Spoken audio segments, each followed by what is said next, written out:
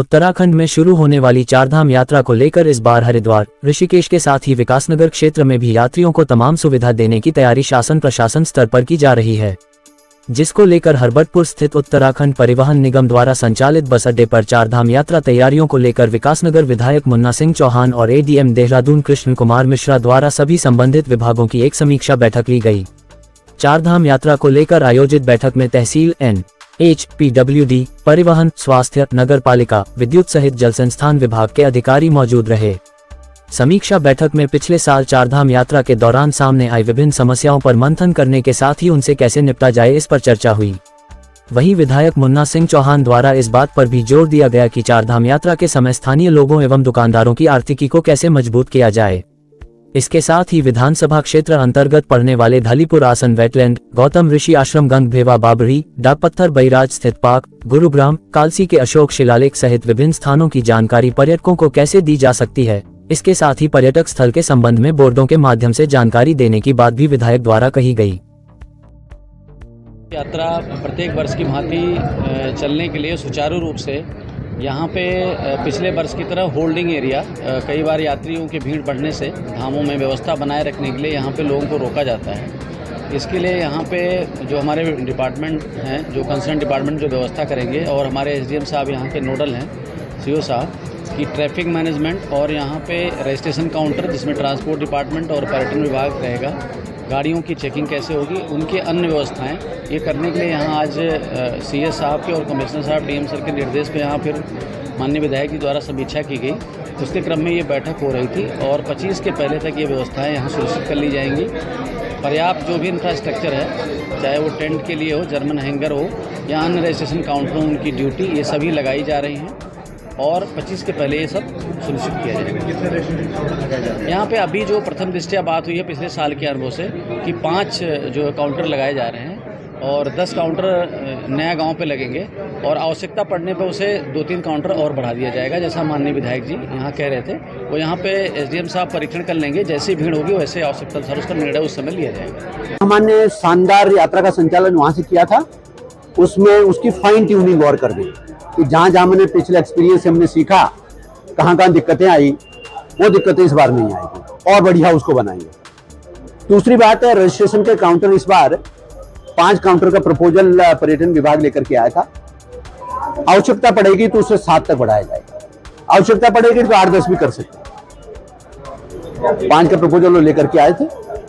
और एक मैंने जैसा मैंने कहा था और अभी भी मेरी सचिव पर्यटन से बात हुई है, तो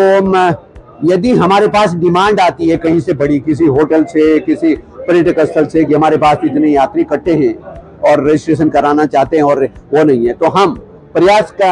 हमने फिर उसमें कहा है कि वो मोबाइल वैन वहीं पे जाकर के उनका रजिस्ट्रेशन कर रहे हैं। और तीसरी बड़ी इंपॉर्टेंट बात यह है कि हमारे इस विकासनगर क्षेत्र में जितने दर्शनीय पर्यटक स्थल है, रामसर साइट है ढालीपुर में, हमारे धार्मिक स्थल है मंडी गंगमेवा में, गौतम ऋषि का आश्रम, पवित्र कुंड है, वहां पर आश्रम वाले से हमने कहा वो भी चाहते हैं कि हम टेंट लगा करके यात्रियों को यहाँ पर वो कराएं, प्रवास कराएं और डाकपत्थर उनको हम लेकर के जाएं। कुल मिलाकर के हमारे क्षेत्र के बगल में कालसी में अशोक शिलालेख है, बाड़वाला में अश्वमेध स्थल है, देवीथला में पौराणिक महादेवी का मंदिर है और वहां पर बहुत सारी चीजें होने चाहिए। हथियारी में भी बहुत सारी हॉस्पिटलिटी यूनिट्स आ गए। आगे चल करके जुडो में अब वो जुडो बांध बन गया, वो लंबी झील है उसकी, उसे भी लोग तीर्थ यात्री देखना चाहेंगे, बहुत सुंदर लगता है। कुल मिलाकर के वो स्टैगर करते हुए घूमते फिरते हुए जाएंगे तो एक तो उनका पूरी का पूरा यात्रा उनका बड़ा रुचिकर लगेगा, आनंदमय लगेगा और साथ ही साथ जो स्थानीय हमारे छोटा ढाबा वाला है, ट्रांसपोर्ट वाला है, छोटा होटल वाला है, होम स्टे वाला है, दूसरी सेवाएं देने वाला है, उसका कारोबार बढ़ेगा। चाय वाला, हमारे स्थानीय व्यापारियों के, कारोबारियों के जेब में पैसा जाएगा, हमारी इकोनॉमी ग्रो करेगी। ये मेरा बड़ा उद्देश्य है।